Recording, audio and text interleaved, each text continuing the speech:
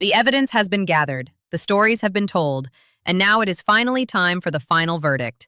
Stay with us for the ultimate resolution, where justice is finally served to those who deserve it. Hit subscribe now and witness the end of the journey. Sell the bakery. Your brother needs the seed money, more than you need a hobby. My father said it while buttering a roll, not even looking up from his plate. My mother nodded along like he'd just commented on the weather. Across the table, my brother smiled at me the way he'd smiled his whole life, the smile that said everything in this family already belonged to him, and I just hadn't been informed yet.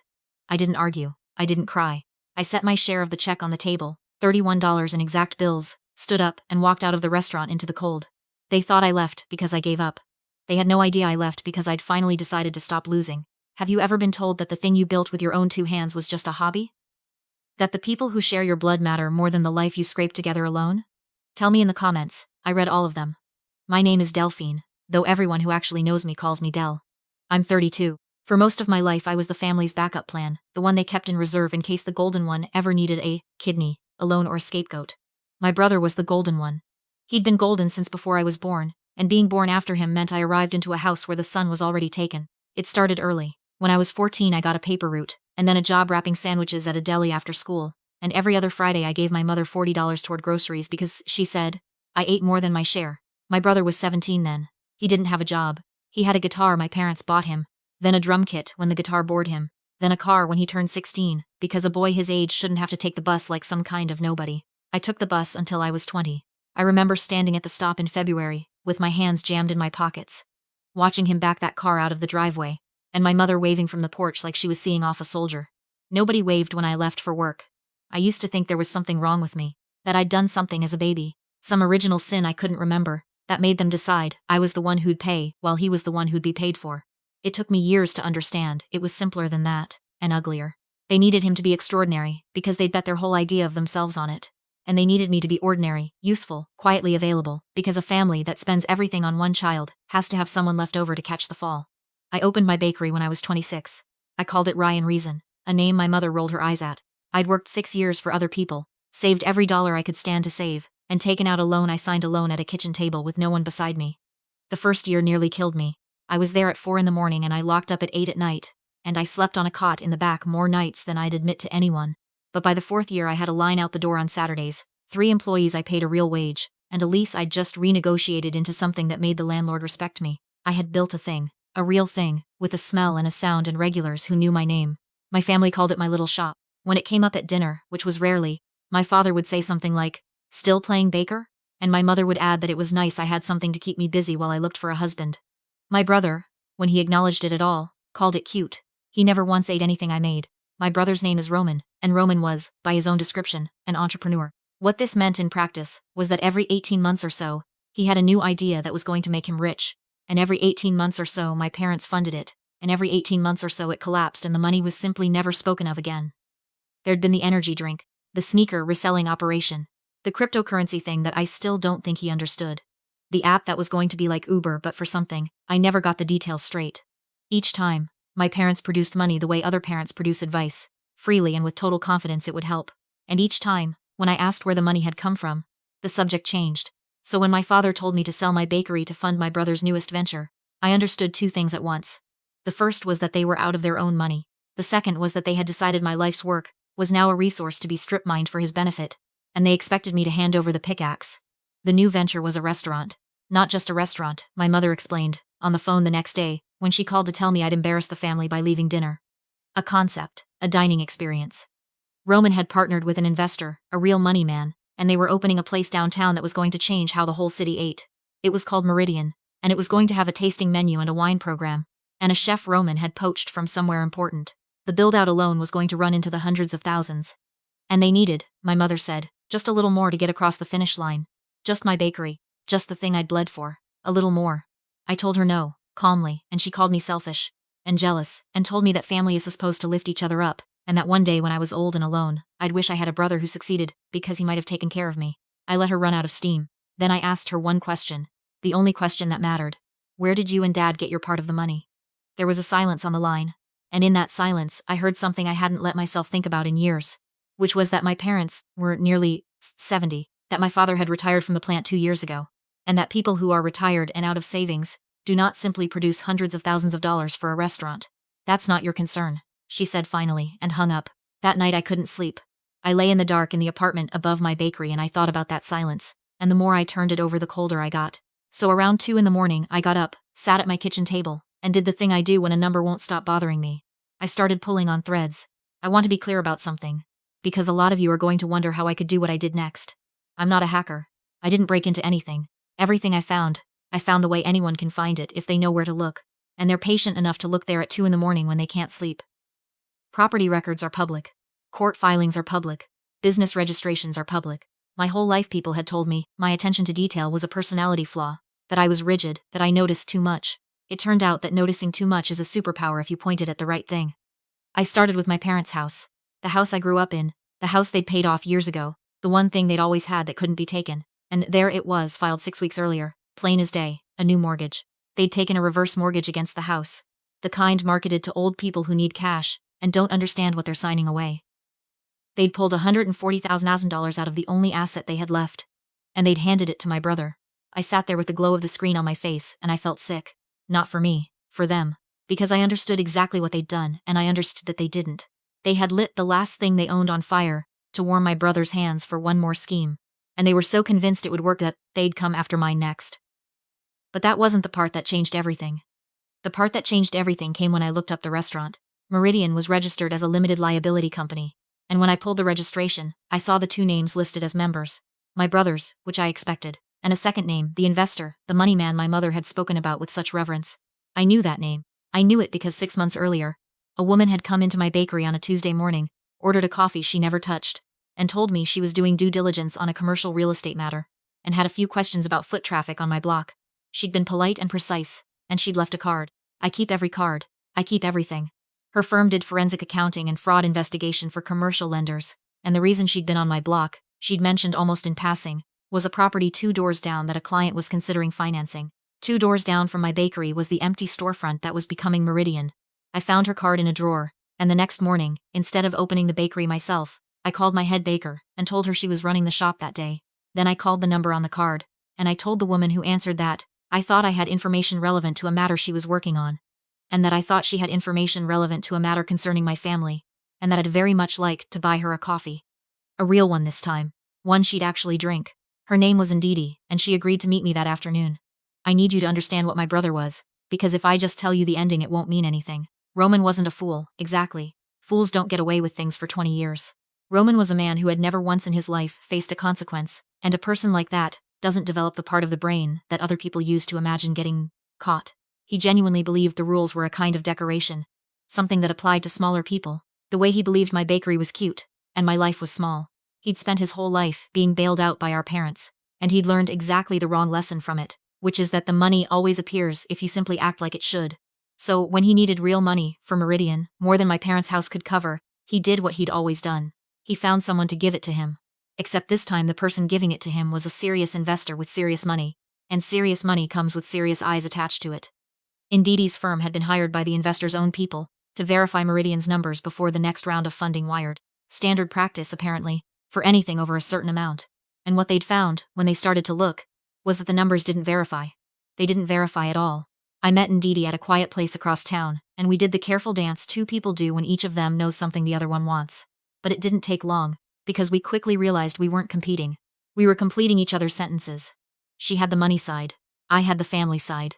Together we had the whole picture, and the whole picture was worse than either of us had guessed alone. My brother had presented Meridian to the investor with 3 years of operating history, from what he claimed was a pilot location, a smaller version of the restaurant. He said he'd been running successfully out of state before bringing the concept home. Revenue statements, vendor contracts, a supplier who provided all the specialty ingredients, glowing numbers that justified the valuation and justified the money. None of it was real. There was no pilot location. The supplier was a company registered to a mailbox. The vendor contracts named businesses that had dissolved or never existed. And the revenue, the beautiful revenue that made the whole thing sing, had been fabricated in a spreadsheet by a man who genuinely believed no one would ever check, because no one had ever checked anything he'd done in his life. But here's the part that made me put my coffee down. Ndidi slid a document across the table, and it was a bank record, and it showed where a chunk of the investor's initial good faith money had gone. Not into the build-out, not into the kitchen, into a personal account, from which it had been used to pay off my brother's credit cards, lease a car I hadn't known he had, And, in one line that I read 3 times, wire $11,000 to our parents. Roman had taken money from the investor and sent a piece of it back to mom and dad, and I understood in that moment that my parents' reverse mortgage money hadn't just gone into the restaurant. My brother had been running money in circles, using the investor's cash to keep our parents afloat so they'd keep believing, so they'd keep vouching for him, so the whole beautiful lie would keep standing up long enough for him to get the big money and disappear into it. He's not going to be able to give the reverse mortgage money back, Ndidi said quietly.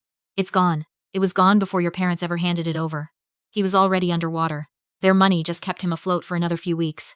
I thought about my mother's voice on the phone. Family is supposed to lift each other up. I thought about her waving from the porch. I thought about 32 years of being the one who paid, and I realized my parents were about to become me. They were about to find out what it felt like to give everything to Roman and get nothing back but the bill. I could have walked away right then.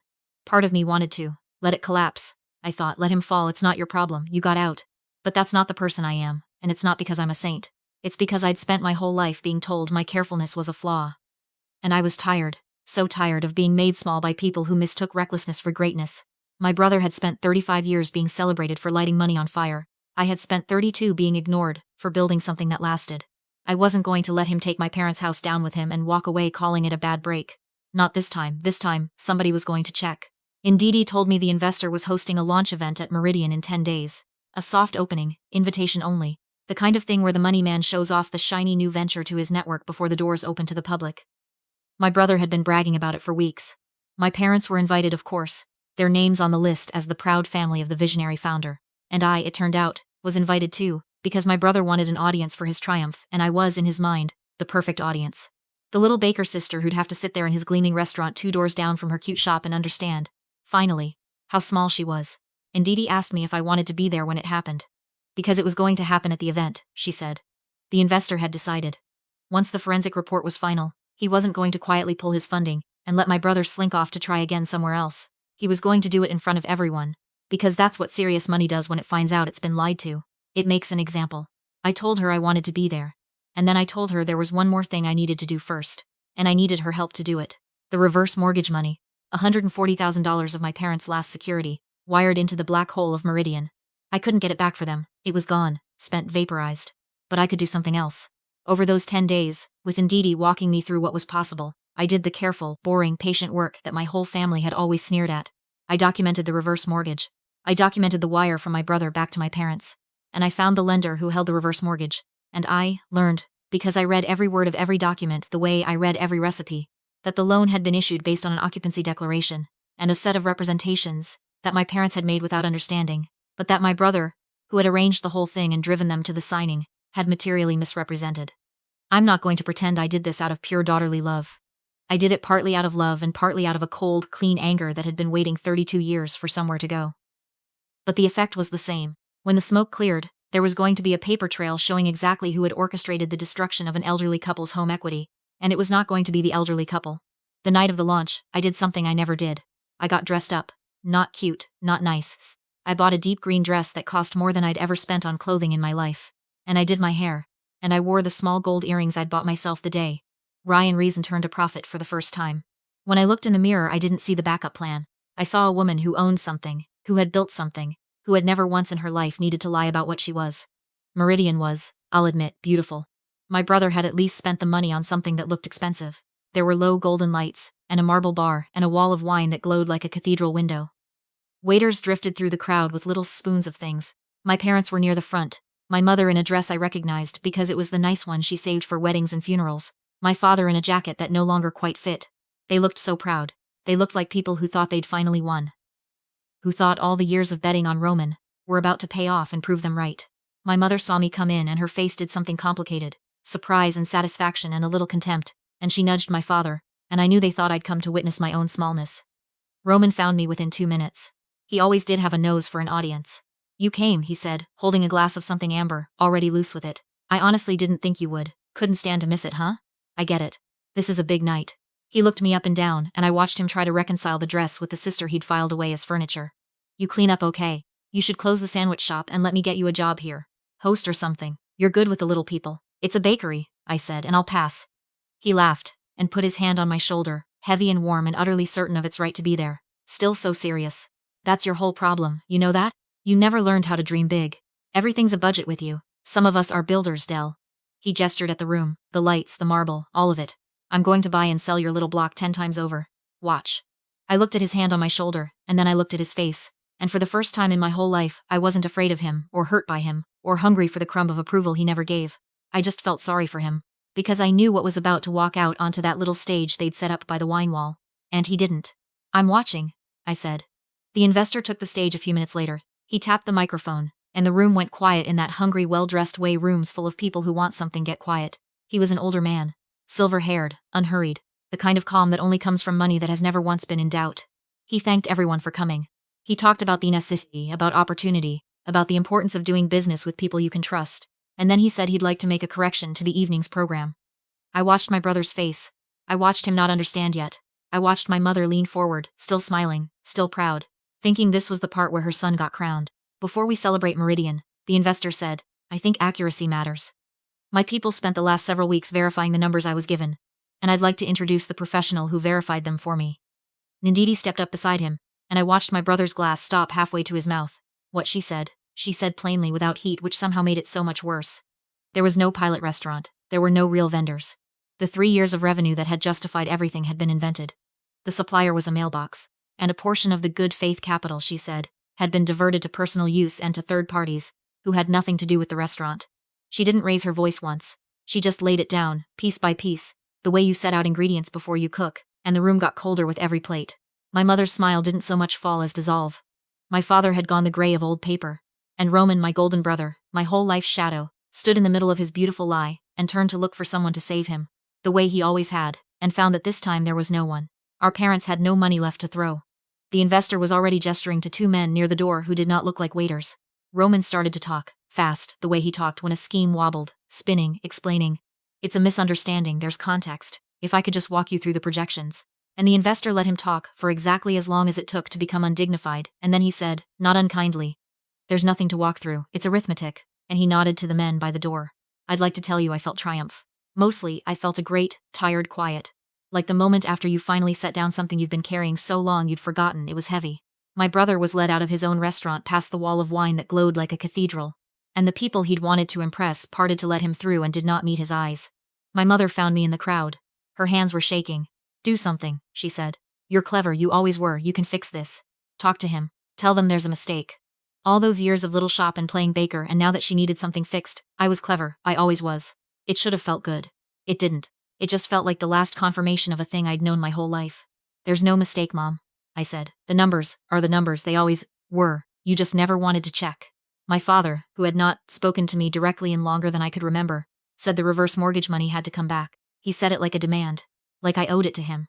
He said Roman had promised, that it was an investment, that they were owed their money, and this is the part where I could have been cruel, and I want you to know I chose not to be. I didn't tell them, standing there in the wreckage, that their money had been gone before they ever signed.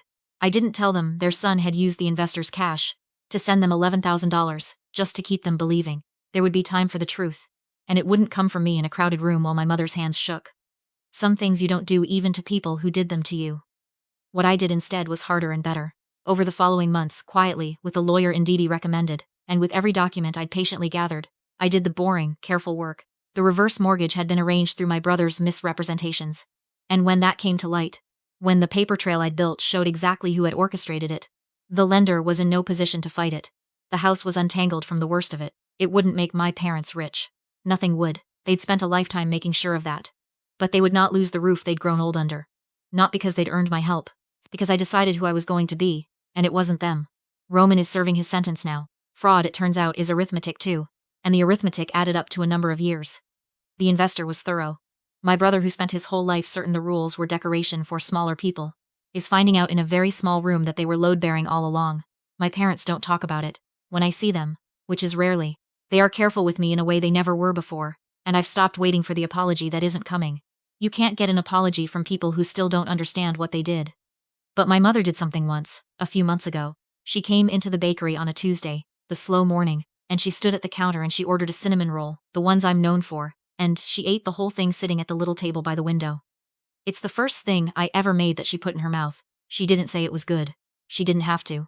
I watched her eat it and I understood it was the closest to sorry she had left in her. Ryan Reason has 2 locations now. I still open the first one myself most mornings. because I like the smell of the place at 4 a.m. when it's just me and the ovens and the quiet.